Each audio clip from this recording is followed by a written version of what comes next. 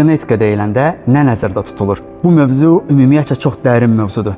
Bu videoda zahiri görünüşlə bağlı olan nədirsə, onların açıqlamasını verəcəm.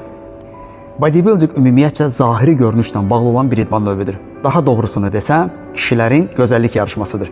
Zahiri görünüşə müsbət təsir edən amillər nədir? Birincisi, skeletiniz geniş olmalıdır. Çiyin nahiyəniz enli olmalıdır. İkincisi, anadan gəlmə beliniz incə olmalıdır. Üçüncüsü, əzələ strukturunuz cod olmalıdır.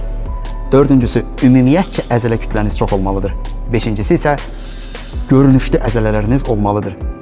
Nə demək istəyirəm? Deyək ki, bir insan 90 kiloqramdır, enli çiyinlərə sahibdir, geniş skeletə sahibdir, görünüşlü əzələlərə sahibdir. Digər insan isə çiyinləri normaldır, qolları 45 santıdır, tərəzidə 100 kiloqramdır.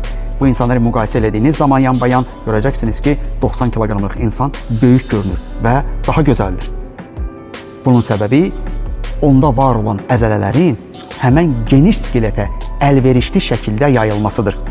Və əzələlərinin görünüşlü olmağına görə, yəni 3D görüntüsü olduğuna görə digər insandan böyük görünəcək.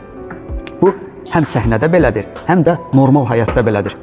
Ona görə bu idmanda və ümumiyyətcə nəinki idmanda vacib olan güzgüdəki görüntüdür. Tərəzidəki göstərici yox. Onda deyəcəksiniz ki, genetikamız yoxdur, niyə məşq edirik?